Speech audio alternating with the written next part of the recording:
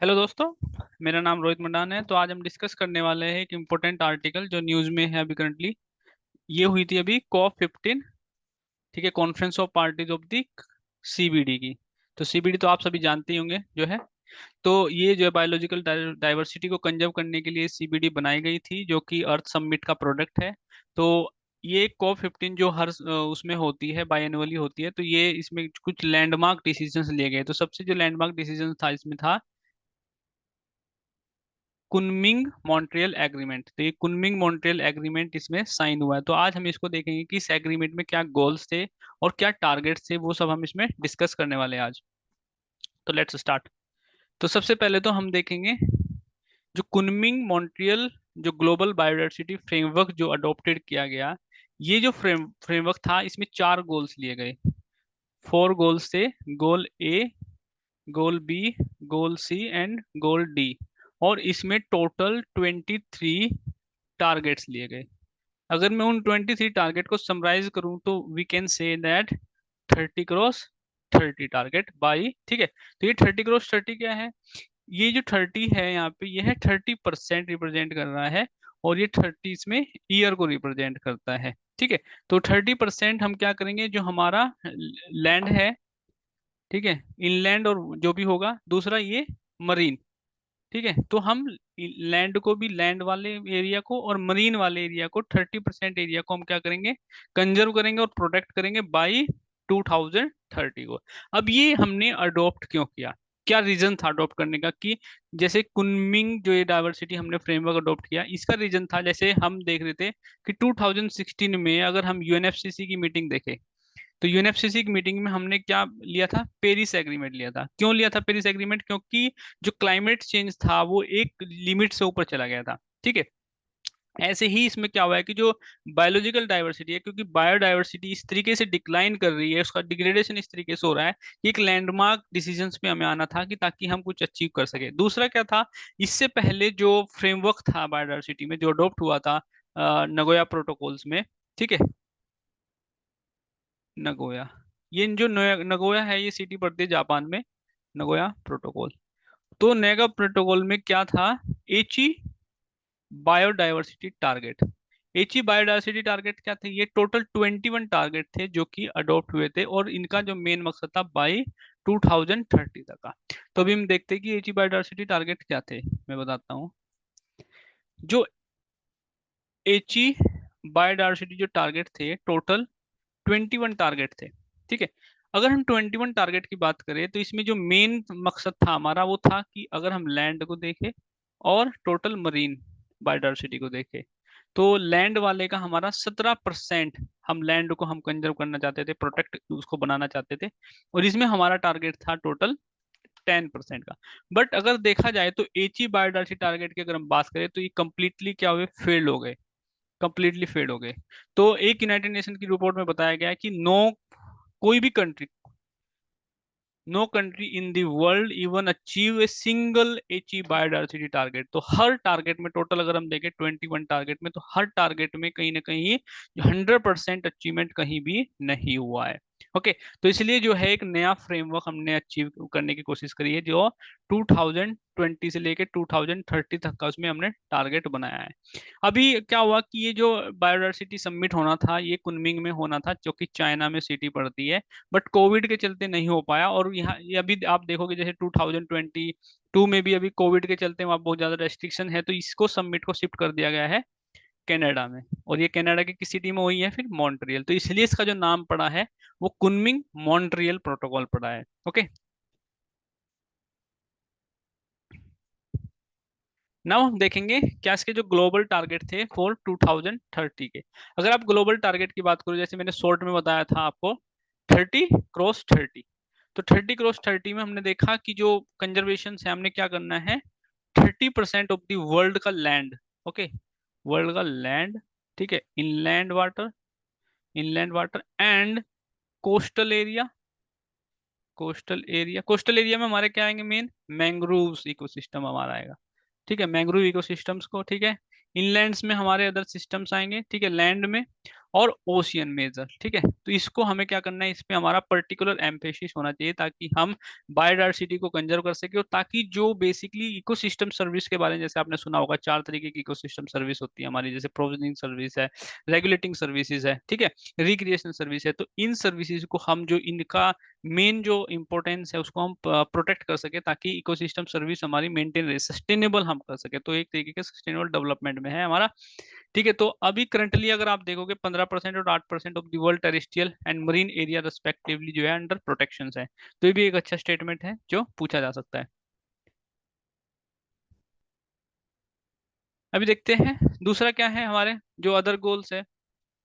अगर other goals की बात करें तो इसमें जो मेन अदर गोल्स आप देख रहे होंगे, हमें क्या करना है, reduce to near zero loss of area of high biodiversity. तो जहाँ पे जो हाई बायोडाइवर्सिटी इंपॉर्टेंस जोन है, जैसे अगर इसका आप एग्जांपल लो, एग्जांपल क्या हो सकता है, जैसे हॉट स्पॉट अगर आप देखो, जैसे इंडिया में हॉट स्पॉट है।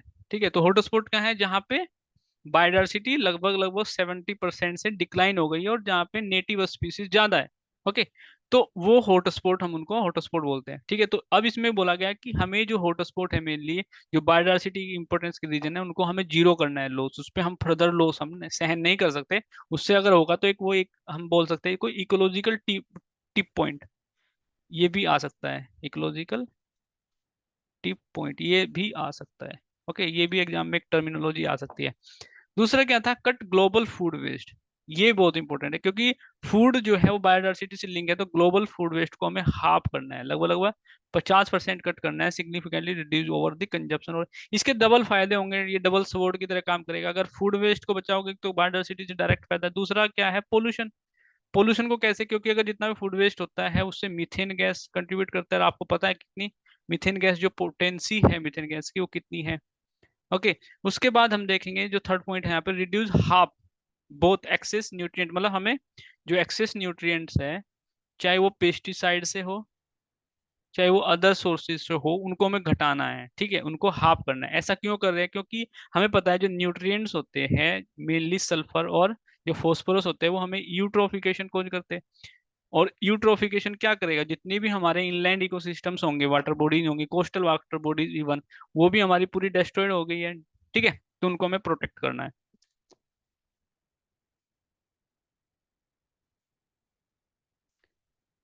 अगले वाला टारगेट क्या है हमारा, नेक्स्ट टारगेट है हमारा, हमें क्या करना है, फेज आउट करना है 2030 तक का सब्सिडीज को। अब सब्सिडीज का क्लोज आपको समझना पड़ेगा। आपने देखा होगा कि वर्ल्ड ट्रेड ऑर्गेनाइजेशन के अंदर हमारे जो है वो सब्सिडीज आती है, लाइक जैसे ग्रीन है, दूसरा अदर अदर कलर्स में आती है, अभी तो मेरे ध्यान नहीं आ रहा है कि वो कौन सा कलर होगा। ठीक है, तो इसमें एक सब्सिडी होती है जो डायरेक्टली इम्पैक्ट करती है ट्रेड को। तो यहाँ पे हम ट्रेड वाला नहीं देख रहे हैं, यहाँ पे वो सब्सिडीज हम देखेंगे जिनका बायोडाइवर्सिटी पे डायरेक्ट इम्पैक्ट है। लाइक जैसे आप देखोगे, इसका एक एग्जांपल से आप समझ जाओगे, जैसे इंडस्ट्रियल फिशिंग को आप देखिए। ठीक है, जो फिशिंग हम करते हैं तो फिशिंग में सब्सिडीज हमें कम करनी पड़ेगी। ठीक है, तो इस तरीके की जो एक्टिविटीज है जिनका बायोडाइवर्सिटी पे डायरेक्ट इम्पैक्ट है, वहां पे उन सब्सिडी को हम 50% तक घटाएं। तो जितने भी हमने अभी टारगेट ये देखी है, ये सारे कहाँ तक थे, हमारे 2030 तक का इनका टारगेट है। ये भी ध्यान रखना है कि ईयर क्या था टारगेट। अब देखेंगे फंडिंग मैकेनिज्म क्या था। अगर आप देखोगे, आपने ग्लोबल एनवायरनमेंट फैसिलिटी का नाम सुना होगा। ये जो ग्लोबल एनवायरनमेंट फैसिलिटी है, मेजर जो भी अर्थ समिट के अंदर जो भी ऑर्गेनाइजेशन हमारी सामने आई थी, लाइक जैसे UNFCCC थी हमारी, CBD थी हमारी, दूसरा हमारी convention United Nation convention to combat desertification था। तो इनकी जो मेजर फंडिंग होती है वो ग्लोबल एनवायरनमेंट फैसिलिटी कर रही है। तो ग्लोबल एनवायरनमेंट फैसिलिटी ने ये एक तरीके का एक इसमें फंड बनाने की बात की है, स्पेसिफिक फंड होगा जो इन टारगेट्स को 2030 तक मैच करने में हेल्प करेगा। दूसरा क्या था, मोबिलाइज करेंगे 2030 तक का 200 billion per year from the develop countries से। ठीक है, तो डेवलप कंट्रीज पे ये एक बोझ है कि वो प्राइवेट और पब्लिक प्राइवेट कहीं से भी हो सकता है, और मेनली इस पे जो है डेवलप कंट्रीज को रखा गया है कि वो किस तरीके से करे। और इस फंड को जो है बढ़ाया जाएगा। अभी 20 बिलियन जैसे डेवलप कंट्रीज का रखा है कि develop countries every year 20 billion per year 2025 तक का जो डेवलपिंग कंट्रीज है, ठीक है, डेवलपिंग इन ट्रांजिशंस है, लिस्ट डेवलप कंट्रीज है पर्टिकुलरली, उनको वो हेल्प करेंगे और बाई 2030 तक उनको 30 बिलियन को बढ़ाना पड़ेगा। तो डेवलप कंट्रीज पे यहाँ पे मेजोरिटी, क्योंकि डेवलप कंट्रीज की जो पॉलिसीज रही है, ठीक है, हिस्टोरिकल जो इनजस्टिस रहा है, उसके चलते डेवलप कंट्रीज पे यहाँ पे रेस्पॉन्स अकाउंटेबिलिटी उनको लेनी पड़ेगी। दूसरा क्या था यहाँ पे, prevent the introduction of the invasive alien species, क्योंकि इन्वेजिव एलियन स्पीसीज को आपको देखोगे, इनका बहुत बड़ा रोल रहा है निगेटिव इकोलॉजिकल इकोलॉजिकल इम्बैलेंस में। तो इकोलॉजिकल इम्बैलेंस में इनका बहुत बड़ा रोल रहा है। जैसे अगर आप देखोगे वेस्टर्न जो हमारा ईस्टर्न घाट है, नॉट ईस्टर्न घाट, वेस्टर्न घाट में मेजरली ज्यादा हमारी एलियन स्पीसीज है। तो हाल में तो ये और इंडिया में आपको एलियन स्पीसीज आपको देखने को मिलेगी। अच्छा, आपको एक डिफरेंस बता देते हैं। एक आपने नाम सुना होगा एक्सोटिक स्पीसीज और एलियन स्पीसीज, ये जो हमारी होती है इनवेजिव, क्या आपको डिफरेंस पता है? तो जो एक्जोटिक स्पीसीज होती है, ये इन्वेजिव स्पीसीज को भी इंक्लूड करती है। तो मतलब एक्जोटिक स्पीसीज का आप देखोगे, ये दोनों हो सकते हैं, इनके पॉजिटिव इम्पैक्ट भी हो सकते हैं, निगेटिव निगेटिव इम्पैक्ट भी हो सकते हैं। अगर निगेटिव इम्पैक्ट होता है तो ये हमारी इन्वेजिव स्पीसीज हो जाती है। तो इन्वेजिव स्पीसीज का जो रेट ऑफ प्रोडक्शन होगा बहुत ही फास्ट होगा, ओके। जो नेटिव स्पीसीज होगी उसको क्या कर देंगे, उसको खत्म करने की वो करते हैं, तो इसलिए ये बहुत खतरनाक होती है। The framework for overarching global goals, तो मैंने जैसे बताया था जो गोल्स थे ग्लोबल डाइवर्सिटी फ्रेमवर्क के, तो इसमें 4 गोल्स लिए गए थे, ठीक है। तो ये जो गोल्स का जो टारगेट लिया गया, ये लिया गया था बाय 2050 तक का। तो जो मेजर गोल थे, ठीक है, इसमें 4 गोल थे, तो चारों गोल को हम देखते हैं एक एक करके कि क्या क्या वो गोल थे। सबसे पहला गोल क्या है? अगर आप सबसे पहला गोल की बात करते हैं तो सबसे पहला गोल आएगा हमारा कि ह्यूमन इंड्यूस जो एक्सटिंक्शंस है और थ्रेटेन है स्पीसीज का, उसको हमें हाल्टेड करना है, ठीक है, उसको हमें रोकना है। और 2050 तक का ये टारगेट लिया गया है कि जो एक्सटिंक्शन रेट है, जो एक्सटिंक्शन रेट है ऑफ द स्पीसीज का, ठीक है, उसको हमें रिड्यूस करना है 10 फोल्ड, ओके। उसको कितना करना है? 10 फोल्ड। तो अभी भी जो भी रेट चल रहा है उसको 10 फोल्ड से हमें मल्टीप्लाई करना है, उसको हमें घटाना है, ठीक है। दूसरा क्या है, जो नेटिव स्पीसीज है, नेटिव वाइल्ड स्पीसीज है, उनका हमें इंक्रीज करना है हेल्दी और रेजिलियंट लेवल तक, ठीक है। क्योंकि नेटिव स्पीसीज क्यों इंपॉर्टेंट है? नेटिव स्पीसीज, ये नेटिव स्पीसीज को आप समझ पाओगे, आपने सुना होगा डार्विन थ्योरी, ठीक है। क्योंकि नेटिव स्पीसीज क्या है, ये इवोल्व हुए हैं, ठीक है। ये सर्वाइवल ऑफ द फिटेस्ट है, क्लाइमेट चेंज भी हुआ है, एनवायरमेंटल, तो ये क्या है हमारे, जो हमारा आज का जो प्रेजेंट डे एनवायरमेंट है उससे बहुत ज्यादा इनके अडेप्टेबिलिटी है हर एनवायरमेंट को लेकर के। तो इसलिए नेटिव स्पीसीज जो होती है ये बहुत इंपॉर्टेंट है इकोलॉजिकल प्रोटेक्शंस के लिए, जो बायोडाइवर्सिटी के प्रोटेक्शंस के लिए, ठीक है। दूसरा क्या है, genetic diversity with in populations of the wild domesticated species is maintain safeguarding. तो इसमें बेसिकली पहले वाला गोल में क्या है, पहले वाले गोल में तो एक्सटिंक्शन रेट को कम करना है, दूसरा क्या है, जो हमारी जेनेटिक डाइवर्सिटी है विद इन द पॉपुलेशन उसको हमें प्रोटेक्ट करना है।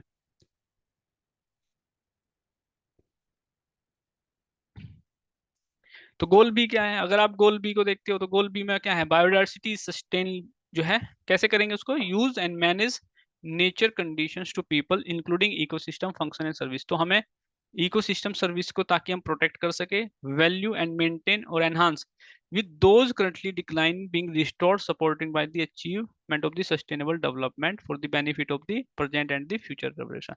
तो गोल बी में क्या है, सस्टेनेबल डेवलपमेंट का कंसेप्ट है, मतलब हम जो भी बायोडाइवर्सिटी है हमारी उसको हमें प्रोटेक्ट करना है ताकि जो इकोसिस्टम सर्विसेज है, फ्यूचर जनरेशन भी, जो फ्यूचर जनरेशन है वो भी उसको यूज कर सके। ऐसा नहीं है कि आप बायोडाइवर्सिटी जो भी आप यूज कर रहे हैं उसको सस्टेनेबल वे में ना करें, ठीक है। और हमारा जो थर्ड गोल है, तो थर्ड गोल क्या है हमारा, monetary and non monetary benefits. हाँ, तो ये जो थर्ड गोल आप देखोगे इसमें आप एक टर्म सुनोगे, digital sequence informations on genetic resources. ये जो टर्म है ना, ये बहुत इंपॉर्टेंट है और ये यूपीएससी और स्टेट किसी भी पीसीएस एग्जाम में जरूर मिलेगी। Digital sequence information on genetic resources. तो अब ये जो डिजिटल सीक्वेंस इंफॉर्मेशन होते क्या है, अगर आप देखोगे ये क्या है, हमारी डिजिटल स्टोर्ड इंफॉर्मेशन होती है ऑन बायोडाइवर्सिटी पे। लाइक जैसे जेनेटिक मेकअप हो गया उनका किसी भी उसका, ठीक है, मान लिया कोई डीएनए डीएनए सीक्वेंस हो गया, जीनोम सीक्वेंस, तो इस तरीके की इंफॉर्मेशन होती है।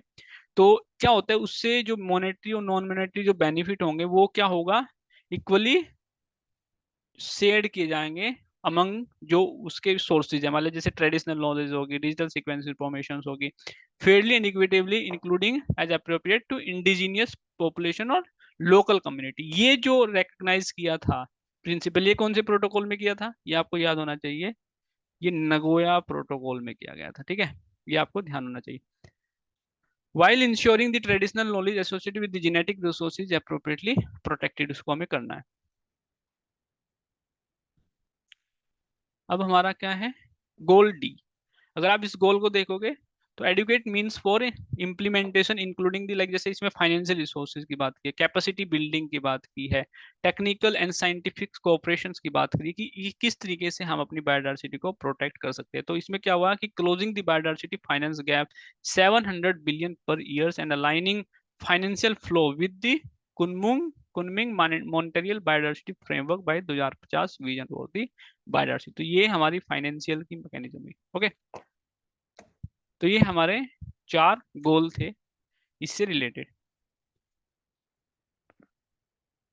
अब इसके ऊपर देखेंगे हम true false.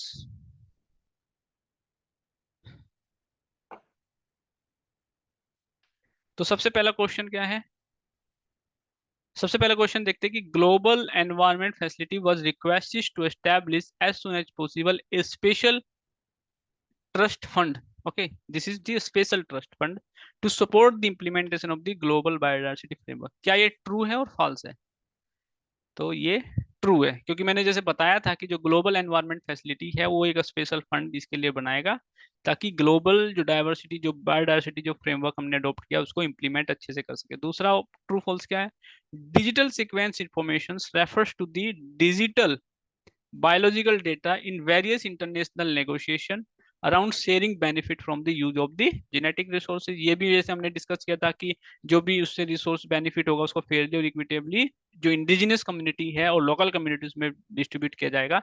The second one is also true. Third क्या है, delegates have agreed to establish within global diversity framework a multilateral fund for the equitable sharing of benefit between the providers and user of digital sequence information on genetic resource. ये भी बिल्कुल सही है, पर ये क्या है, इसको अभी एग्रीड हुए हैं और जो 2024 में जो नेक्स्ट होगा टर्की में समिट सीबीडी का, वहां पे इसको क्या किया जाएगा, प्रॉपरली इस पे एग्रीमेंट होगा कि किस तरीके से मल्टीलेटरल फंड काम करेगा, कितना फंड होगा, अभी पूरी इंफॉर्मेशन नहीं है। तो ये भी ट्रू है। नेक्स्ट क्या है, नेक्स्ट ट्रू फॉल्स देखते हैं। नेक्स्ट ट्रू फॉल्स में सबसे पहले क्या है, कुनमिंग मॉन्ट्रियल ग्लोबल डाइवर्स जो ग्लोबल जो बायोडाइवर्सिटी फ्रेमवर्क एग्रीमेंट है is legally binding on the national government. नहीं, ये लीगली बाइंडिंग नहीं है। वैसे भी जितने भी जनरली आप देखोगे जो भी इंटरनेशनल प्रोटोकॉल्स और एग्रीमेंट रहते हैं वो नेशनल गवर्नमेंट पे लीगली बाइंडिंग नहीं रहते। दूसरा क्या है, at a global level none of the Aichi biodiversity target were met or achieve. ये भी बिल्कुल सही है, ट्रू है ये भी, दिस इज फॉल्स है। Currently 50% and 30% of the world territorial and marine area respectively are under the protection। नहीं, अभी हमने देखा था ये 15 और 10 के रेशो में है। ओके, तो इट इज इनकरेक्ट। ओके, तो ये भी फॉल्स है।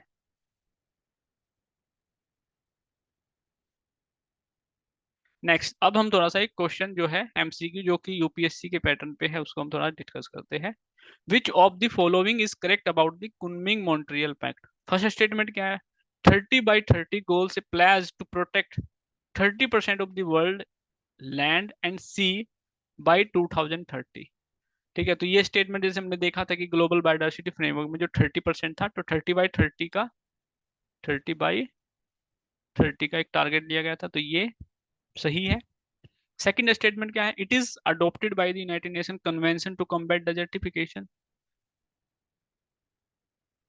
अब देखो ये डेजर्टिफिकेशन की है और कुनमिंग, अगर हमें पता है कि कुनमिंग मॉन्ट्रियल प्रोटोकॉल्स किसके ऊपर है तो हम बता सकते हैं कि अगर हमें पता है कि ये बायोडाइवर्सिटी फ्रेमवर्क के ऊपर है तो ये स्टेटमेंट भी हम रॉन्ग कर सकते हैं।